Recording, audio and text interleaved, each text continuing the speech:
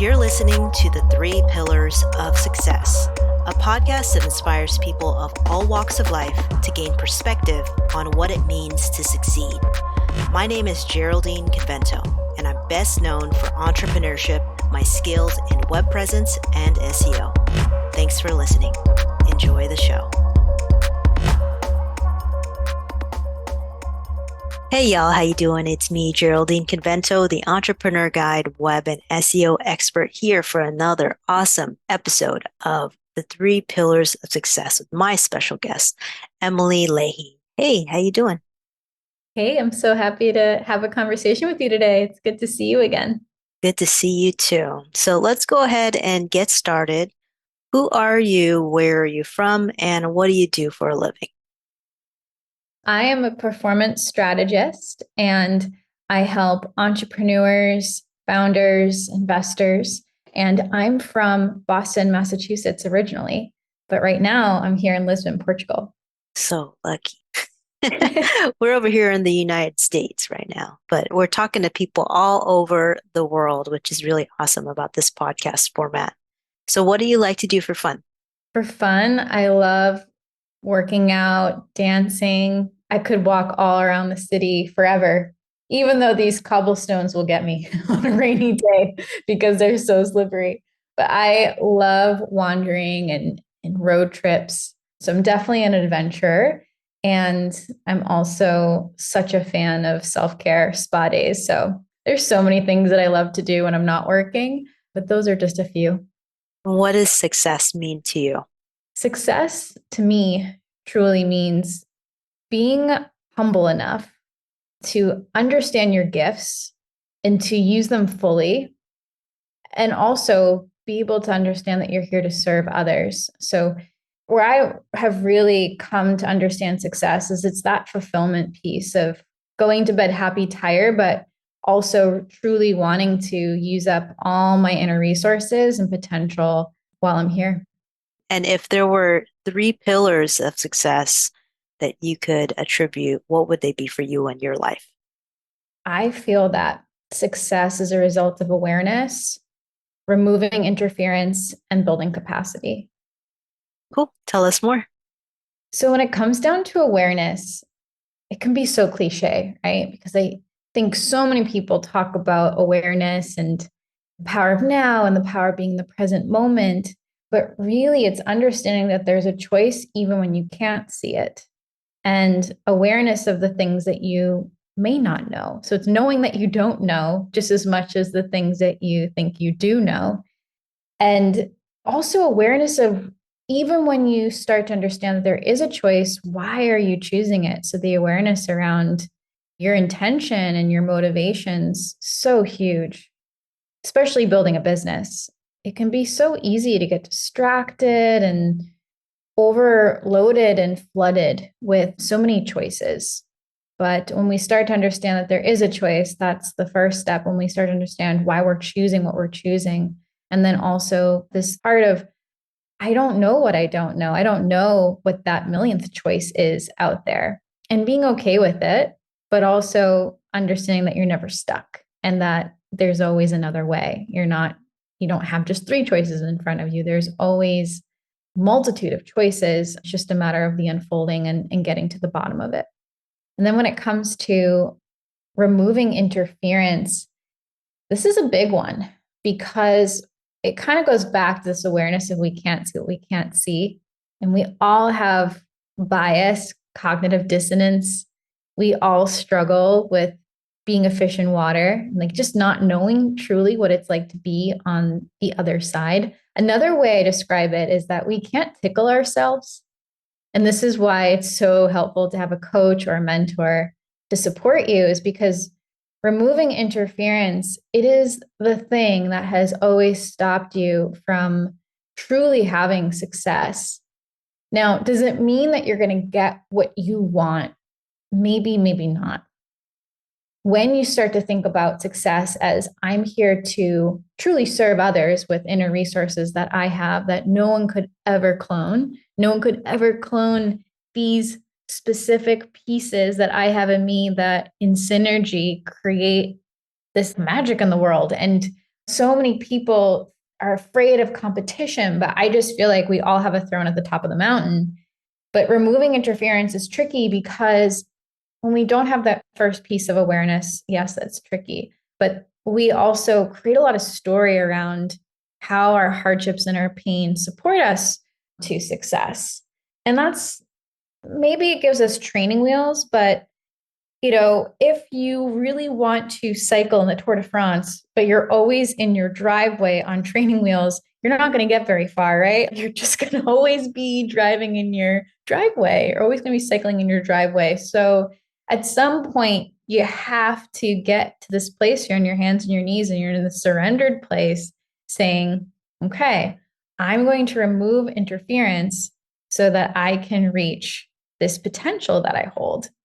And you have to be opened up to what's on the other side of that. Whether that means that you might have to pivot in your business, whether that means you might have to sacrifice or let things go that your mind was clinging to, thinking this is how it has to be. These are the choices that I think I need to make to get to that end result. And yet we can all stay in this sense of lack of fulfillment or tension, frustration when we don't remove this interference. So we can feel that on a visceral level, on a physical, almost like, oh, I just can't reach this other side. Another way I've described it before is it's like you're climbing up a wall and you're like a cartoon that just keeps sliding down, or climbing up a slide and sliding down, like there's nothing to hold on to. So a lot of people can experience growth, but when there's interference, you won't be able to sustain that growth because there will be this piece that's always blocking, always in the way. And we need both the surrender and the discipline to remove that interference. Surrender to allow to release, but also the discipline of what are we going to fill in with that space, with that void when we actually let it go, because we'll need new habits and we'll need new structures and new beliefs and new systems. We never just really stay in a void. We really need to crowd out, but there has to be a letting go to be able to experience success. At the end of the day, I think more success is about releasing than it is about trying to get somewhere, truly. And I think when I figured that out, I was like, oh, it's not about this seek and find on the internet, trying to constantly look for the latest mental models and what have you, because it can feel like we're always missing out on the latest solution or the key to our problem. We're always in that grasping, seeking, reaching, but we don't think about, okay, what do I need to let go of? And if I let go of this, and I think people say, oh, I will let go of this when I find XYZ. So it's the thing that you usually don't want to let go of that will attribute to success. The last key that I'll share in terms of building capacity is the ability to metabolize change and the ability to actually hold success. So we have awareness as this first step where you can see your different choices. You can start to understand why you're choosing what you're choosing. You can start to see that you don't know what you don't know, and then removing the interference, surrendering into that, letting go of that. Also, just getting into that discipline of moving beyond it. But the building the capacity kind of carries out like life after removing the interference, which is like now you need to like water the flowers in the vase. But if there's no bottom to the vase, then the water is just going to go everywhere and the flowers will eventually die. So it's this maintenance work of building the capacity. And if you truly want to lead a fulfilling life where you're solving big enough problems as an entrepreneur and moving the needle forward and feeling that happy tired, it is about building the capacity to hold that and expanding your mental bandwidth. Also, understanding where your emotional capital is going. Like, how many times throughout the day do you get triggered about someone cutting you off when you're driving, or that email, or someone not holding the door for you, and you just feel triggered, frustrated, angry? It could be something much bigger. It could be someone who's a colleague, co-founder, employee who doesn't do something the way that you want it, how you want it to go. And you could get triggered by that. You could feel a sense of a compounded force building inside of you. But if you don't have the awareness and you didn't remove the interference, you wouldn't have the capacity to really do much in the day because you would just be toppled over by this feeling. And so many people live in this space thinking, oh, it'll be better when. And it's like, actually, so much is in our hands. But we need those first two steps to then build the capacity. But the capacity is so fundamental because when we can deal with certain emotions, when we can expand the mind, and the mind is a whole piece in itself, running a business, thinking about the level of context switching we're doing in a day, the amount of priorities and tasks that we think are going to move the needle forward in our business, but just aren't. And then we fall into this trap of busy work. We can even use work as an escape, or we fall into inertia. And the other piece is we get distracted. And so we don't have the focus.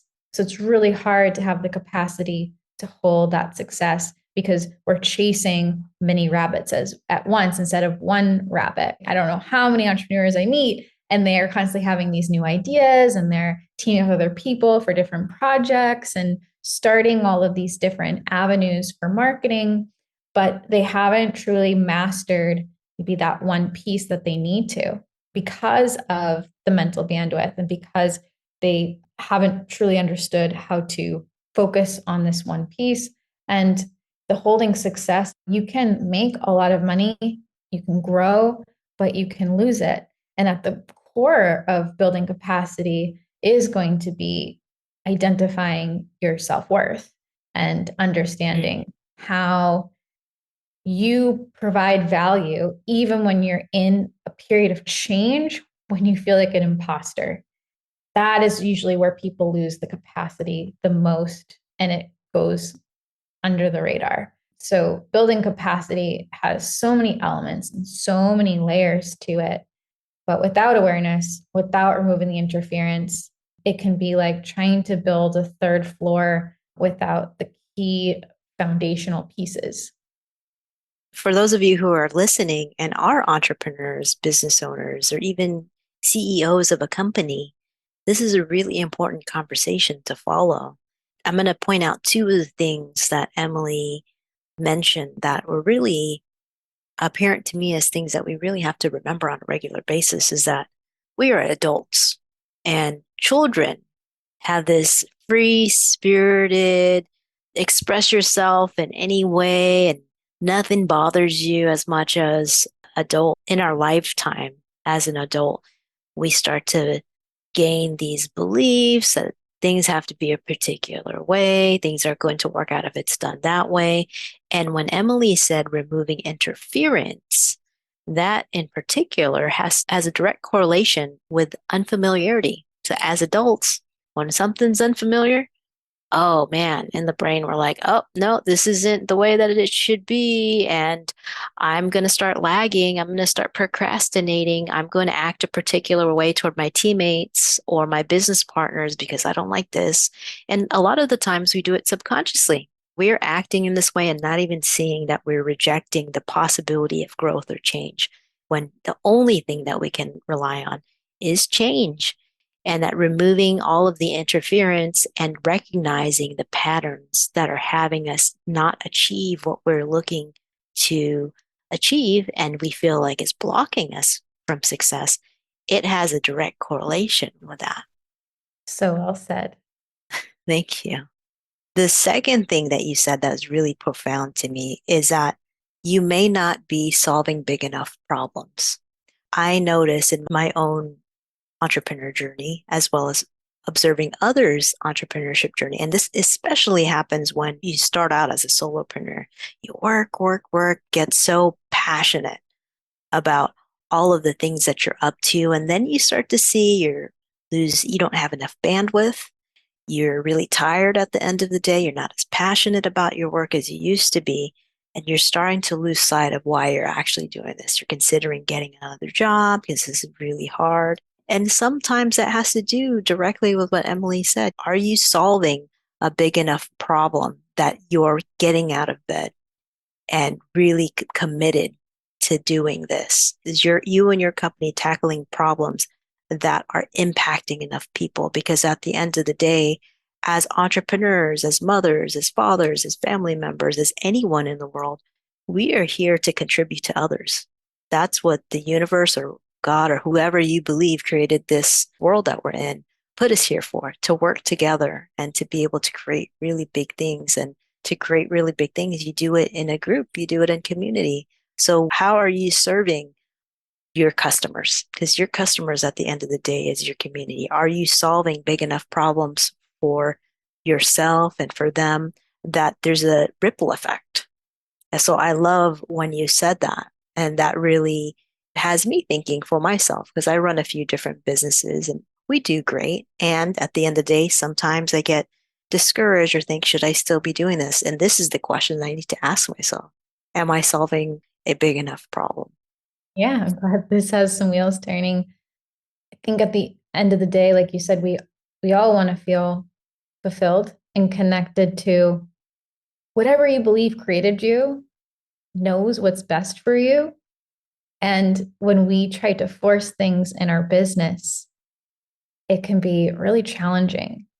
When we start to see ourselves as both big and expansive and powerful, but also this piece of a puzzle that's much bigger, much, much bigger than us, it starts to put things into perspective, at least for me. And again, I want to look at what are the gifts and skills and resources that I have, and what's the biggest problem that I could be solving using those resources so I can really focus on that and then also create opportunity for others, whether that's creating jobs, whether that's allowing other people to live in their highest potential and remove interference for them. And sometimes it's just us living that that's inspiring in itself. And that gives other people permission to go out and live it. I think really show don't tell is always more inspiring than, getting on a soapbox and trying to tell people how to live Yeah. or what to do. It's more about people doing it versus 1, 2, 3 steps. This is how to build a business. It's like, okay, you have to really show people like what's possible. Because there are so many people who don't truly have the capacity, are burning out. They don't have the focus, the clarity. They want to help people, but it's not really rooted in a strong enough choice, a strong enough reason. So we have to go back to the basement of the awareness, that first floor of your building. Like, what's the awareness there? And we may have to go back to that many, many times. And it's okay. It's part of the journey of entrepreneurship. And I think entrepreneurship is one of the deepest experiences you can have, well, on a spiritual path, on a life path, on a growth path, because you have to understand who you are, to understand what problem to solve, to understand why are you even choosing it in the first place. It is a fast track to understand your purpose. And I've done a lot of programs and trainings and received a lot of coaching, but it's nothing like getting your hands dirty and learning this and being in the arena to explore who you really are, what you're actually made of. Yes, this is an entrepreneurship sermon, y'all. So make sure you play this while I drinking know. your Sunday coffee. It does feel like a sermon. But yeah, I've had to really sit and surrender lately. So that's probably where this energy is coming from right now with my speaking. But I've had to surrender a lot in business, and I've reinvented myself many times. I think that's the other part of success is not holding on to what you think you need to do and being willing to make a change. And that's another thing I've seen in a lot of founder stories. There's so many people who sold their company and they're like, now what? Now what do I do? And they've gone through a lot of pieces of that identity crisis. A lot of ourselves can be tied to our business. So even though there are a lot of pieces of like, who are you and what are you made of? It's still important to understand that you're not your business. You're much more than that. But it can be a fast track to getting to know yourself. I'm curious, as you talked about surrender, and I know that along the way you have, in your reinvention, I'm sure you've faced roadblocks. I'm curious to know, is there a particular roadblock that you've had on your path to success, and how did you overcome it? I would say the toughest roadblocks have been when it's not that I'm going in the wrong direction necessarily. Even if I'm 2 degrees off course, I'm still 2 degrees off course. And if I keep rowing 2 degrees off course, eventually I'm not where I want to be. And I think that is trickier than, oh, I was just totally in the wrong industry, or I was totally going in the wrong direction. But it's when I'm so close, but not quite. The roadblock for me that I've had to really look at is how strong my mind is. I would consider myself a very ambitious person, and I know how to make things happen. And that can be a really amazing gift. But I know that on the other side of that, there's stubbornness and a gripping. And I'm not always willing to let go of my original idea and how I want it to play out.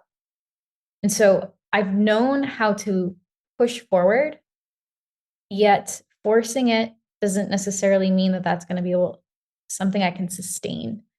And eventually I'll lose power because that interference will come up. And whether it's leading me in whatever direction, that interference will come up because I am not able to sustain something through force. That's not how business has to be. I think we tell ourselves a story. This is just the way it is. And there's so many people who are forcing and trying really hard. There's something I shared, I think it was on Twitter just a few days ago. There's a price you pay for force and trying to force money in your business.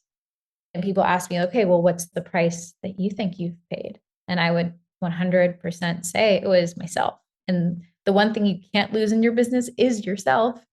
You're the one who's running the show. And so if you lose yourself, you lose that energy and you lose that mental focus and you don't have that bandwidth, it's really, really difficult. But the other things that can be lost are relationships, and whether that's personal or employees, because you can push them too hard or you can push people away because you're like, I have to work all the time.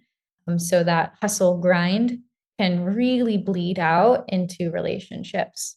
And then lastly, your customers, just in terms of fulfillment, you're going to also lose that because it's no longer something that's going to feel genuine. It's going to feel that you need this for survival. And then you're moving further and further away from service because now it's all about you and surviving.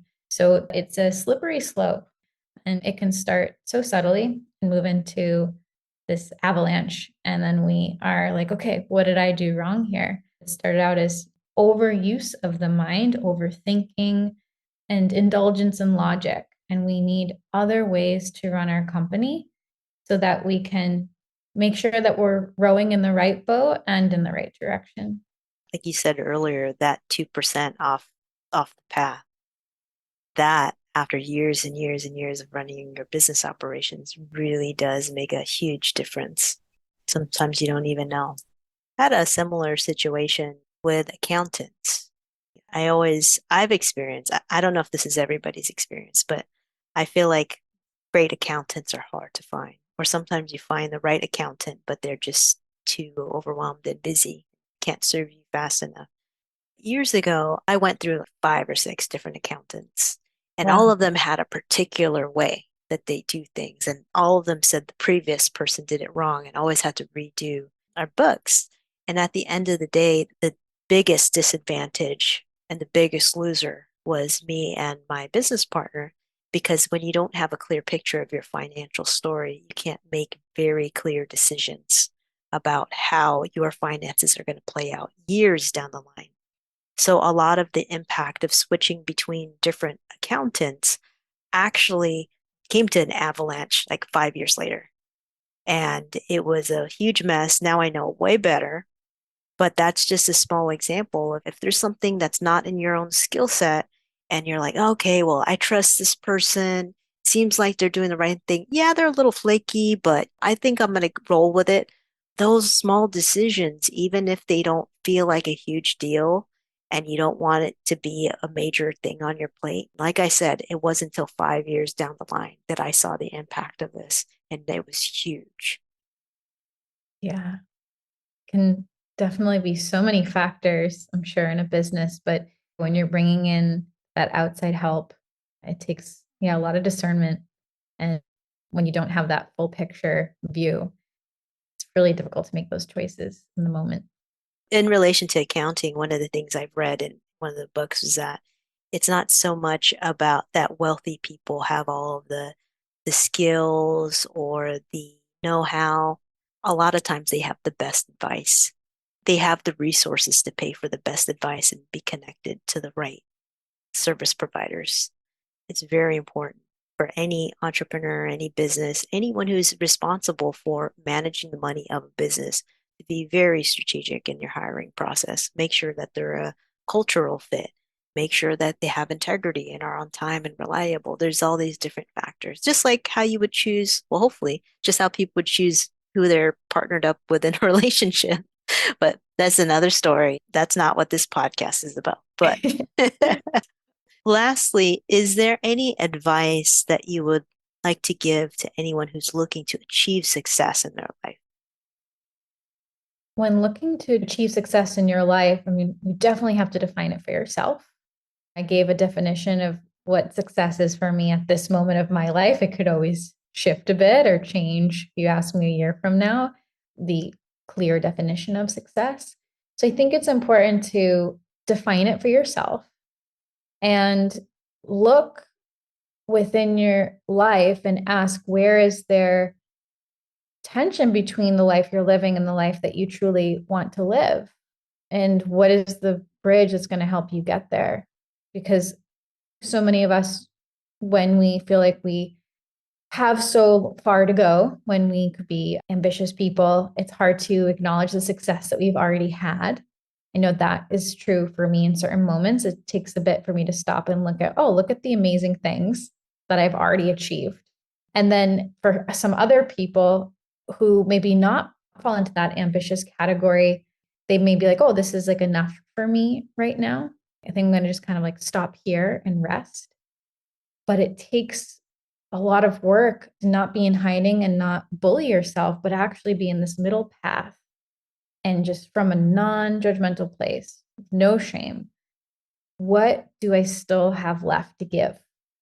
And what do I want to leave this earth with, in terms of my gifts, my service to the world, my impact?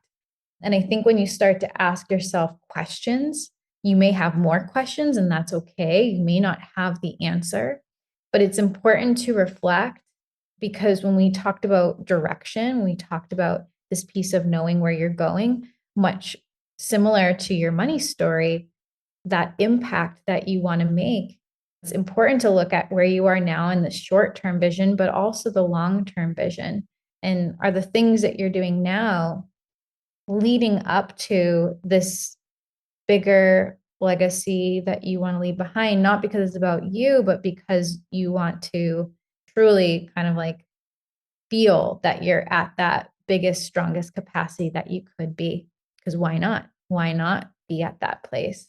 So when you look at the tension between the life you're living and the life you want to live, if you are a person who's growth oriented, it's getting to live in that space without feeling like you have to get there tomorrow or that you should have got there yesterday. Just knowing that it is going to be a journey and that there will be more questions than there are answers, and being willing to surrender into that process rather than using force to get there, or finding the balance within, right? Because there's going to be moments to fight and there's going to be moments like lay down your sword and chill and really like ask yourself, is this a battle worth fighting?